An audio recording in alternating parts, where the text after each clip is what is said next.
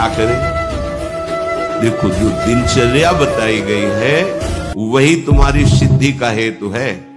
अपनी कोई भी दुराग्रह वृत्ति रख के, आग्रह वृत्ति रख करके शरणागत ना हो, खाली हो जाओ।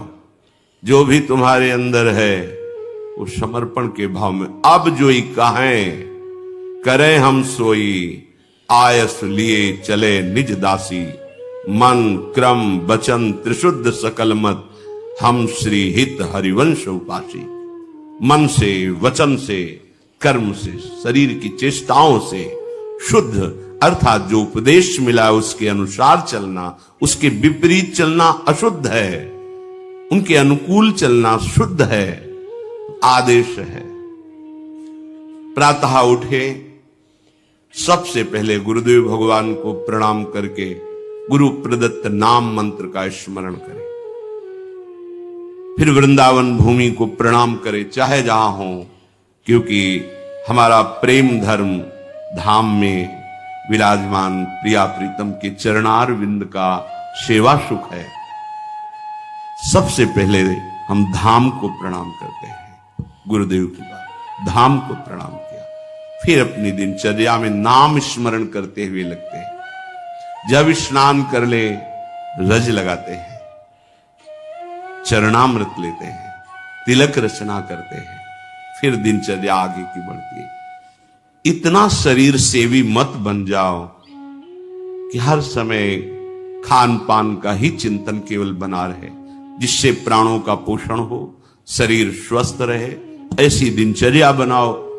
2 बार, 1 बार, 3 बार, जितने में तुम्हारा प्राण पोषण होता है थोड़ा थोड़ा ले, पर वो भगवद अर्पित करके। सेवक जी महाराज कह रहे, इसीलिए उनकी बुद्धि कच्ची रहती है।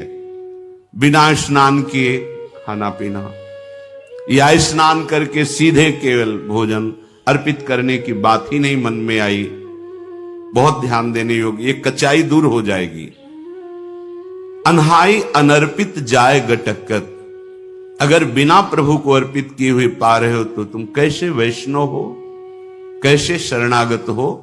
वही तुम्हारे को बंधन में बांध देगा, अर्थात तुम्हारी बुद्धि में वही स्फुरणा होगी जो मायाकृत भोगों में आकर्षण पैदा करके तुम्हारे हृदय में तृष्णा कामना की आग लगा देगी।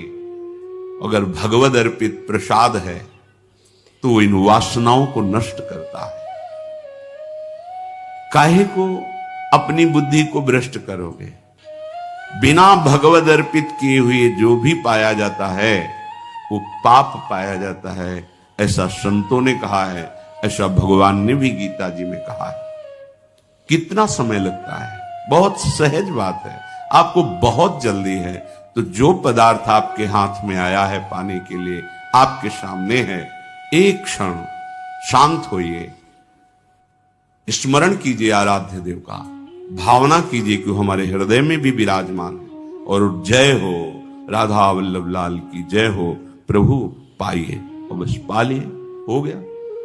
बहुत जल्दी है तो आप कहीं ऐसी जगह जहां छवि नहीं विराजमान, ठाकुर पास नहीं, ये उपाय कीजिए। अगर घर में है, बहुत जल्दी है तो आप दृष्टि भोग लगा दीजिए। सामने गए, थाल दिखाई, 2-4 नाम लिए, प्रणाम किया, आगे समय है विराजमान करके एक पद गाया, भावना कर रहे प्रभु पा रहे, फिर आचमन कराया, फिर आपका जीवन भगवत समर्पित जीवन, शरणागत जीवन। फिर आप मनमानी आचरण कैसे? एक बूंद पानी भी अमनिया नहीं होना चाहिए अपनी जिह्वा में, प्रसादी ही पाना चाहिए। जल भी पाना है तो पहले लिया, राधा वल्लभ लाल की जय, अर्पित किया, फिर पिया। आस करें विषयीन के आगे, जो देखे में जोरत हाथ लटक कर। विषयी पुरुषों के आगे हाथ जोड़ते हुए, हाथ लटकाते हुए देखने को मिला। सेवक जी महाराज कह रहे, महालक्ष्मी जिनके चरणों को निरंतर सहलाती रहती हैं, चरण चापती रहती हैं, और भगवान अपने चिंतन में निमग्न रहते हैं, उधर दृष्टिपात भी नहीं करते, ऐसे प्रभु के दास कहलाकर आप अन्य विषयी पुरुषों के आगे हाथ फैलाएं? भक्त कभी ऐसा नहीं कर सकता। चाहे वो गृहस्थ हो चाहे विरक्त हो, वो भगवद आश्रित है। अगर ऐसा है तो भगवद आश्रय नहीं है, ऐसा नहीं है। जिसके हृदय में नाम चल रहा होता है वो परम धनी है। भुगतें देहि न जाचहि, पोषण भरन चिंत कराएं। जो शरणागत जन है, जो भगवत प्रसाद से मिला, यथा लाभ संतोष सदा, काहू सो कछु न चाहोगो, आनंद लेते हैं, उसी में संतोष करते हैं। अगर जरूरत पड़ी तो उसमें से भी दूसरे को दे देते हैं, पर न जाचहि। ऐसे करना भक्तों का स्वभाव नहीं होता। ऐसे करने का मतलब है स्वामी को पहचाना नहीं। जिनकी तुम शरण में हुए उनको तुमने माना नहीं, ऐसी जरूरत ही नहीं पड़ती। भक्तन पाछे यूं फिरे जीव बछड़ा संगाए, चाहे वो गृहस्थ भक्त हो चाहे विरक्त भक्त हो। आस करें विषयीन के आगे, ऐसे करके मांगना ये ना शरणागति का लक्षण है, ना ये किसी उपासना का भाव, ये केवल वासना है, वासना। ऐसे जिस स्वामी ने पलक झपकते अनंत ब्रह्मांडों की रचना कर दी, किसी के सहयोग की जरूरत नहीं पड़ी, उन स्वामी का सेवक हो। अगर वो आज हमें भूखा रखना चाहते हैं तो हम विविध प्रकार के पदार्थों के पाने से जो सुख होता है उससे भी अधिक सुखी रहेंगे। आज हमारे स्वामी की इच्छा है, आज हम भूखे रहे, हमें नहीं चाहिए 56 भोग। अगर हमारे स्वामी की इच्छा है नमक रोटी, वो हमारे लिए अमृत है।